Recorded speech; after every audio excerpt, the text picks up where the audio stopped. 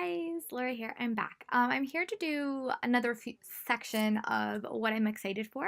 These are all the books that are coming out in March that I'm super excited for or have already read.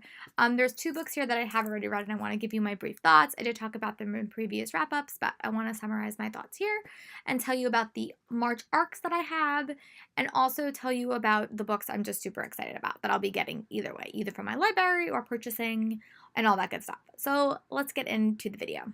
Now, according to my Goodreads, these come out in March. Sometimes Goodreads is a little bit unreliable because it tells you like numerous times when books comes out because they come out in different countries at different times. So if these are actually out and they came out in February, I apologize. I'm just going by what Goodreads is telling me. But the first book is Four Dead Queens by Astrid Soleil. This was the book that everyone wanted at BookCon. Like, there was a trampling effect that people wanted it so badly. But I wound up trading a copy, and then I wound up winning one from Bookish First. It was an okay read. I was a little bit more invested in, like, the mystery and that dynamic and the murder mystery elements of it. I thought that the world building was not as cohesive as I would like, because it's basically like four different worlds, and then all these queens together rule the world, but they have their own like mini kingdoms. And I thought that the mini kingdoms on their own just weren't as interesting because I've seen those worlds before, but I guess that's kind of the point of it. I really did like the lead. I thought that her storyline was really interesting, and I liked the technology part of it. I thought that was super cool. It was an okay read. As far as I know, it's a standalone, so I probably wouldn't read it again. It was another book I would recommend maybe you borrow from the library and see if you really like it.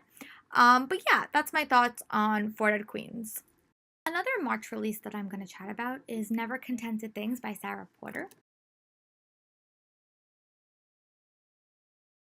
I was not the biggest fan of her novel Bassett in the Night, and I did like this one a little bit better, but it was pitched to me as a novel of fairy, and it was like supposed to be like a very, very dark fairy tale, and like I do see that, but I felt like the fairy world just was so bizarre and so weird that you really didn't get the fairy elements, only like indirectly. I did like the three point of views that you got. I was a little bit more invested in the mortal, like the human girl's point of view. Like I thought her storyline was probably the most fascinating. I like the dynamics between the characters, but I just struggled to feel connected to most of them. So that was like it was like I was sick when I read this. I had laryngitis, so I read it really, really fast. And I liked the various point of views that we got. I thought that was really interesting. And it was a faster read, but it was still super confusing. Her worlds are really like detailed, but they're also super confusing. Maybe her writing style just isn't for me. This is the second book I've read that I haven't been that fond of, but I did like it better than Bassett in the Night, so maybe I'll check out her other book. I forgot the name of it. It has like water on the cover, and see if I like it a little bit. But again, this would definitely be a borrow for me. It wasn't a blow-away hit like the Cruel Prince series, but it wasn't like a 2-star read like Bassett in the Night. So I gave this book like 3 stars and recommend that if you're going to read it, maybe check it out from the library. I said before, I go to BEA and I go to BookCon and I go to New York City Comic Con, so these arcs all came from there. And yeah, let's get into it. I hope to dive into these this month. I'm going to put them directly on my TBR, so you will see most of these in my March TBR video, but let's get into it. The first book I'm going to chat about is Sherwood by Megan Spooner. This is the Robin Hood retelling, which is a gender-bent version of it. And I didn't love her Hunted one, which was a Beauty and the Beast one. So I am hopeful that I will like this one a little bit more. I liked it. I didn't love it. I didn't feel super connected to the characters, but I do love her when she writes with Amy Kaufman. So hopefully this book is just a little bit more up my alley. And it is like almost 500 pages. So hopefully I like it. The next book that I'm going to chat about is Bloodleaf by Crystal Smith. This is from HMH Teen.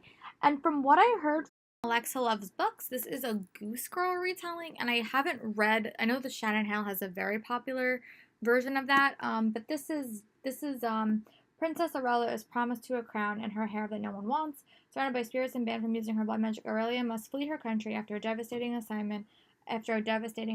assassination attempt. Her only option for freedom lies with another ward, her betrothed Prince Valentine. To escape her fate, Alima disguises as a commoner in a new land and discovers a happiness her crown has never allowed. As she forges new bonds and perfects her magic, she begins to fall for a man who was forbidden to rule besides her. But the ghosts that haunt Amelia refuse to abandon her, and she finds herself succumbing to their calls. They expose a nefarious plot that only she can defeat. Will she be forced to choose between the weight of the crown and the freedom of their new life? That sounds really interesting, so hopefully I'll get to read it this month. Yeah, and I did get this at New York City Comic Con from HMH Teen. I love this cover, though. This cover is so pretty. So hopefully I will get to read this in March. Another book that I got from BookCon, New York City, was You Owe Me a Murder. And this is from Elaine Cook. I read one book by Elaine Cook, and that was With Malice, which I was not the biggest fan of, I'll be very honest. But 17-year-old Kim was never expected to plot a murder, but that was before her boyfriend was dumped her for another girl. Now Kim's stuck on a school trip to London with him and his new soulmate. Watching them together, she can't watch but helping he was a little bit dead, even if she knows she would never do anything like that. When Kim meets someone on a stranger on a plane who's more than willing to listen to Kim Rose, things start to look up. Nikki's British, smart, and posh. Everything's Kim's not. And she has a great sense of humor. Like, when she jokes, she'll get rid of Kim's ex if Kim does away with Nikki's overbearing mother. But wishful thinking is a little too real when Kim's ex-boyfriend mysteriously died. Blackmailed by Nikki to fulfill her end of the deal, and deep in murky waters of political investigation, Kim will have to commit a murder or take the fall for one. That sounds super interesting. So basically, it's like there was like an old episode of Castle where like these two people killed another person's person they wanted dead because they wouldn't likely to be a suspect. This also came from HMH Teen, and I'm hopeful that I like this book more than I liked With Malice. And the next book is Sky Without Stars by Jessica Brody and Joanne Reindel, and this is a science fiction adventure stories. These books are like, this is another 500-page book, so hopefully I get to read it. And I don't know much about it. I know that it takes place on a space station, and there's a lot of political intrigue, and this book is massive. So hopefully, when I give you guys my reviews, I will have more information to tell you guys about it. And then the last two books are middle grades. This one is Sal and Gabby Break the Universe, and this is from Carlos Herendez. This is the third book at this point in the Rick Riordan imprint series, and this is a brilliant sci-fi romp with Cuban influences that pose the question: what would you do if you had the power to reach through time and space and retrieve anything you wanted, including your mother, who was no longer living in this universe anyway? That sounds really cool, and this book is, again, it's almost like 350 pages. I chose some monster books in March, so we'll see how that affects the amount of books I accomplish. And then the last middle grade book is Revenge of Magic by James Riley. This came from Simon & Schuster. That one came from Disney.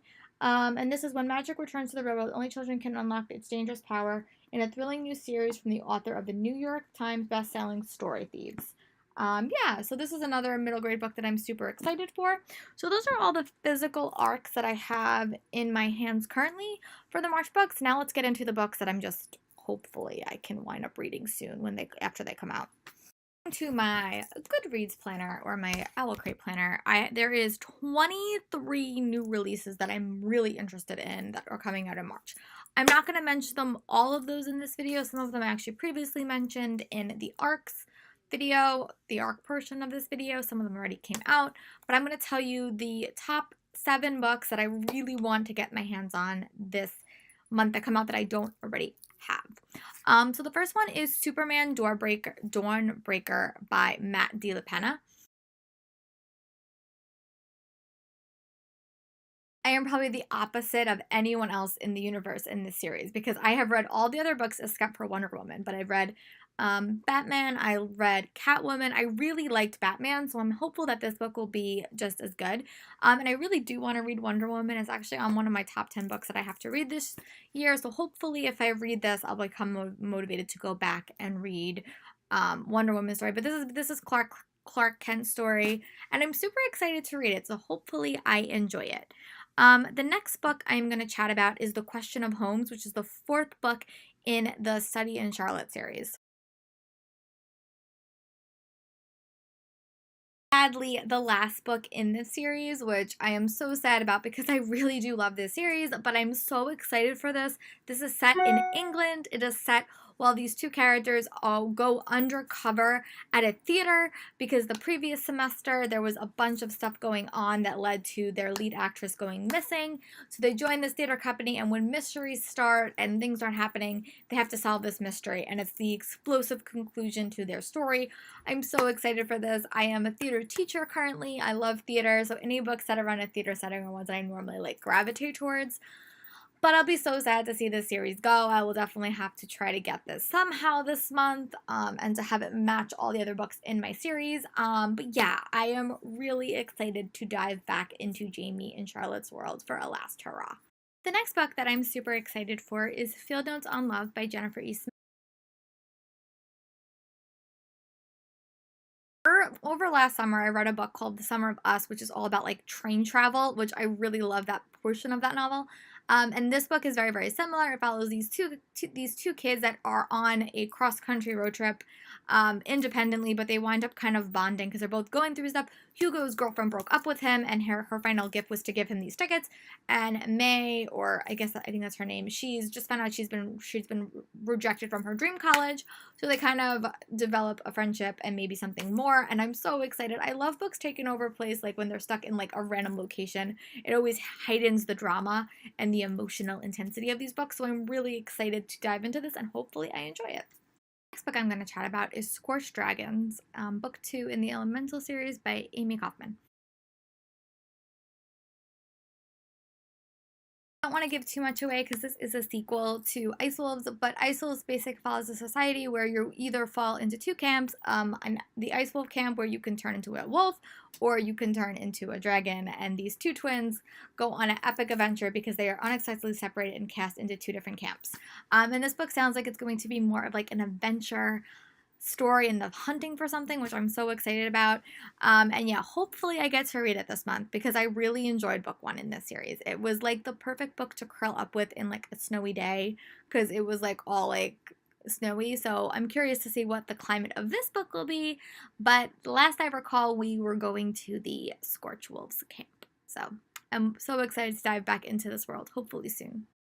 The next 3 books I'm going to chat about are 3 sequels or series enders that I'm really excited about. The first one is Children of Vice and Virtue by Toni Aniami. This is the sequel to Children of Blood and Bone. I really found this book to be super compelling. I read it early in, I think it was September. I think I read it in August or September of last year, and I really liked it. I thought it was a fascinating fantasy novel. I loved all the point of views, and I'm super excited to see where the story goes. And then the next sequel I'm really excited for is Of Ice and Shadows, which is the sequel to Of Fire and Stars, which we got an Allocrate like 2 years ago.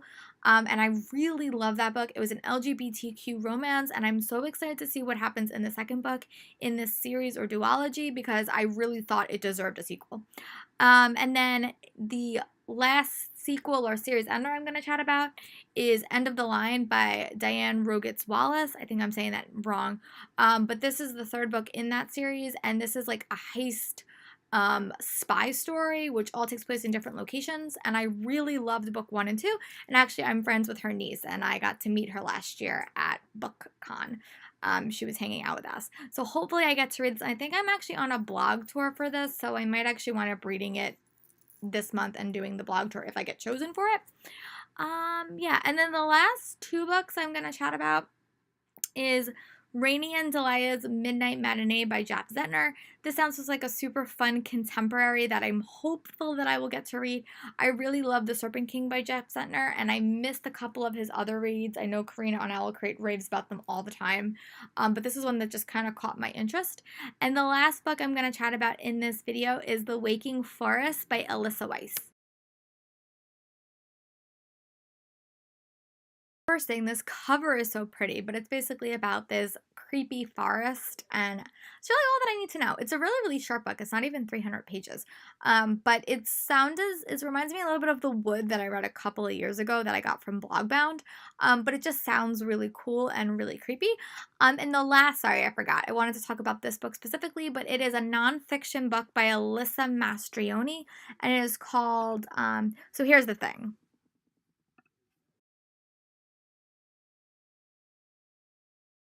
Nonfiction book, and late last year I read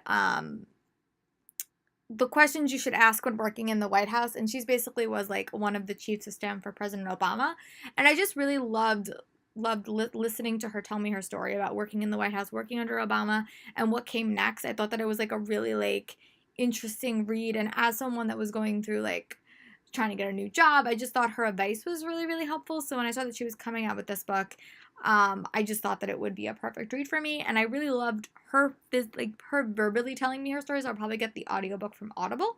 But yeah, so those are just some of the books that I hope to tackle this month. Yeah, let me know in the comments what books are you super excited about. I know we have so many, but tell me a couple in the comments. And yeah, I'll talk to you guys next month for April's What I'm Excited For.